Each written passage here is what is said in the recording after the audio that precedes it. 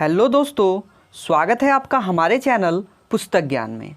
दोस्तों, आज के इस वीडियो में हम लोग देखेंगे क्लास 9th के इंग्लिश बुक लिटरेचर रीडर का पहला unit how I taught my grandmother to read का हिंदी एक्सप्लेनेशन। तो चलिए देर ना करते हुए वीडियो को शुरू करते हैं। How I taught my grandmother to read, यानी कि किस तरह से मैंने अपने दादी माँ को पढ़ना सिखाया। चलिए देखते हैं इस फिक्शन में, इस कहानी में किस चीज़ के बारे में बताया गया है। इसमें जो कहानीकार है, जिन्होंने इस कहानी को लिखा है, उनका उम्र लगभग 12 साल है। वो अपने दादा दादी के साथ उत्तरी कर्नाटक के गांव में रहती थी। उस समय कन्नड़ जो भाषा थी उसमें त्रिवेणी एक बहुत ही प्रसिद्ध लेखिका हुआ करती थी। वह एक अद्भुत लेखिका थी। उसकी लिखने की जो शैली थी वो बड़ा ही आसान थी, जिससे लोग को पढ़ने में बड़ा ही आसानी होता था। और वो जो लिखती थी वो भी काफ़ी विश्वसनीय थी। उसकी जो कहानियाँ थी वो आम लोगों के जीवन की जटिल समस्याओं से निपटती थी। उसका एक उपन्यास काशी यात्रे कन्नड़ पत्रिका करमबीर में एक धारावाहिक के रूप में निकल रहा था।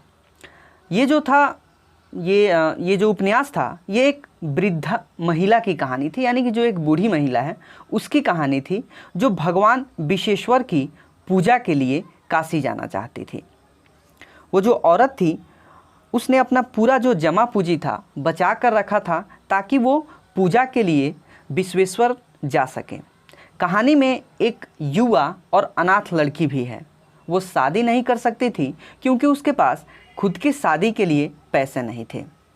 जब उस वृद्ध महिला यानी कि जब उस बूढ़ी औरत को अंत में यह बात का पता चलता है तो जो उसने अपने काशी यात्रा के लिए जो पैसे बचा कर रखे हुए थे वो उस लड़की को दे देती है ताकि उसका शादी हो जाए।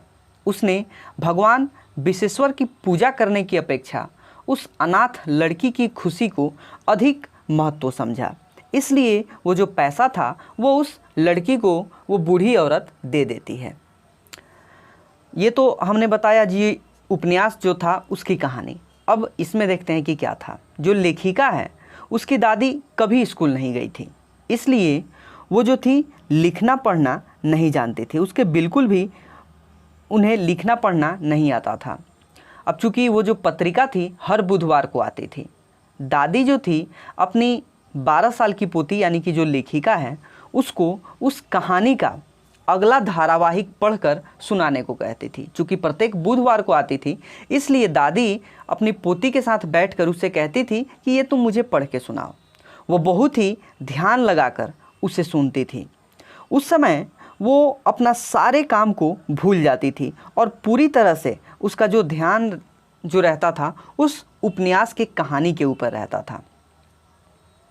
बाद में वो जो लेखिका थी जितनी भी बात उन्हें सुनाती थी पढ़कर, वो सुनने के बाद दादी उसे पूरी तरह से कंठस्थ दोहरा देती थी। यानी कि उनका जो जब वो सुनती थी तो सारे काम को भूलकर पूरी तरह से उस कहानी में खो जाती थी, डूब जाती हुई थी। उनका जो कंसंट्रेशन था पूरी तरह से कहानी के ऊपर ही होता था। दादी भी कभी काशी नहीं गई थी। वह स्वयं को उपन्यास की जो नायिका थी उसके साथ जोड़ लेती थी।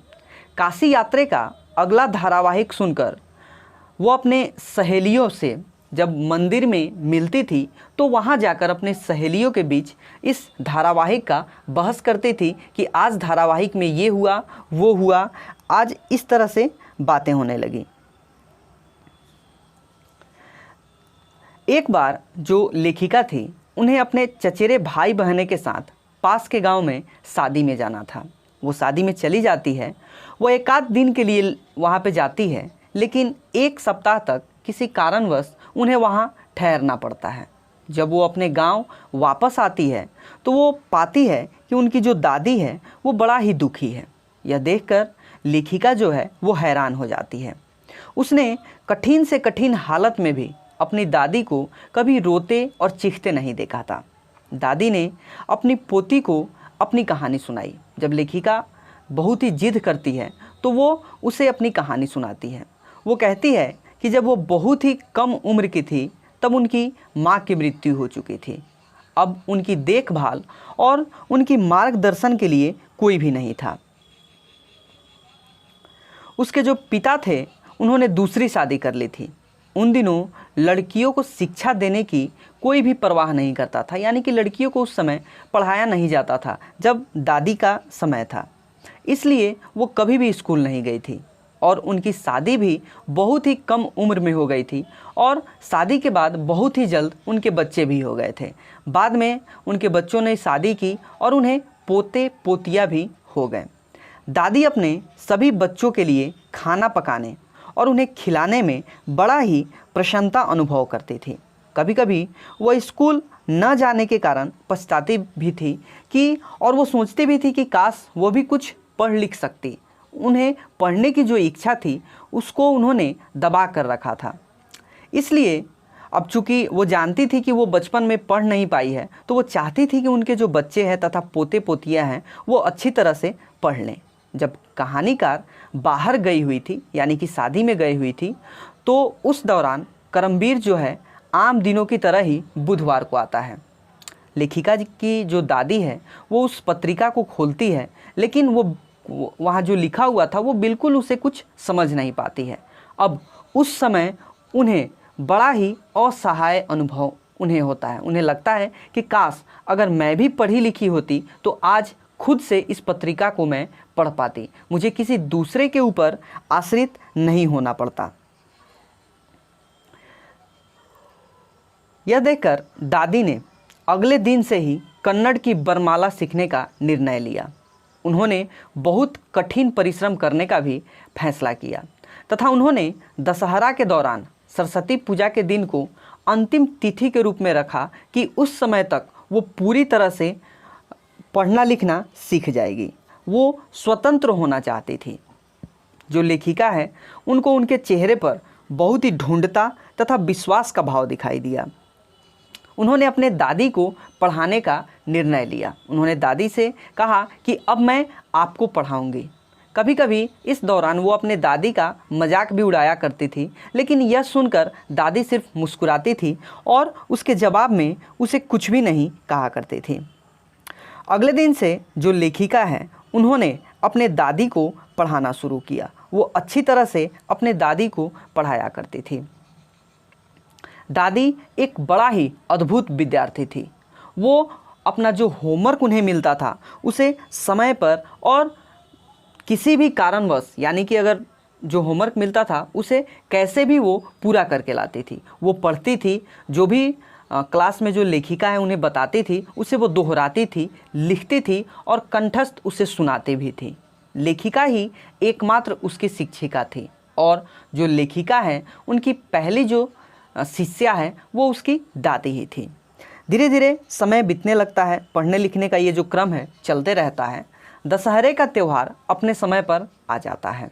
उपन्यास काशी यात्रे उस समय फिर से प्रकाशित हो चुका था। कहानीकार ने चुपचाप उपन्यास की एक प्रति खरीद ली थी, यानी कि उसका एक भाग खरीद लिया था। दादी ने अपनी पोती को कुछ समय के बाद पूजा के स्थान पर बुलाया। दादी ने उसे एक स्टूल पर बिठाया। उसने उसे फ्रॉक का सामान उपहार के तौर पर भेंट किया। फिर दादी ने एक असाधारण काम किया। वो अपनी पोती के पैर पे झुकती है और अपनी पोती के पैर को छू लेती है। यह देखकर जो लेखिका है वो बड़ा ही हतप्रभ रह जाती है, वो दंग रह जाती है। वो सोचती है कि अरे ये दादी क्या कर रही है। वो दादी से पूछती है कि दादी आप मुझसे बड़े हैं और आप ये क्या कर रही हैं। तब यह सुनकर दादी ने स्पष्टीकरण दिया। उन्होंने उसे बताया कि वो पोती का पैर नहीं बल्कि अपने शिक्षक के चरणों को छू रही है। उसने इतने बढ़िया ढंग से उसे पढ़ाया, उसे शिक्षित किया कि वो इस समय ये जो उपन्यास है इसको खुद से पढ़ सकती है। वो यह भी बताती है कि चाहे आयु के किसी भी हम लोग पड़ाव में हो, उम्र के किसी भी पड़ाव में हो, अगर एक शिक्षक हमें बेहतर तरीक़ा से पढ़ाता है तो हम किसी भी चीज़ को सीख सकते हैं। दादी आगे कहती है कि हमें जो शिक्षक हैं उनका सम्मान हमेशा करना चाहिए। उसके बाद दादी उस उपन्यास के पन्ने को खोलती है और उसका जो सबसे ऊपर जो शीर्षक लिखा हुआ रहता है काशी यात्रे, उसे पढ़ती है। यह देखकर जो लेखिका है वो बड़ा ही खुश हो जाती है और वो सोचती है कि उनका पढ़ाया हुआ जो शिष्या है वो पास हो गई। तो दोस्तों यह था इस चैप्टर का, इस कहानी का हिंदी एक्सप्लेनेशन। तो इस वीडियो में बस इतना ही, मिलेंगे अगले वीडियो में। तब तक हमारे चैनल पर बने रहिए और हमारे वीडियो को देखते रहिए। दोस्तों अंत तक हमारे चैनल पर बने रहने के लिए आपका बहुत बहुत धन्यवाद।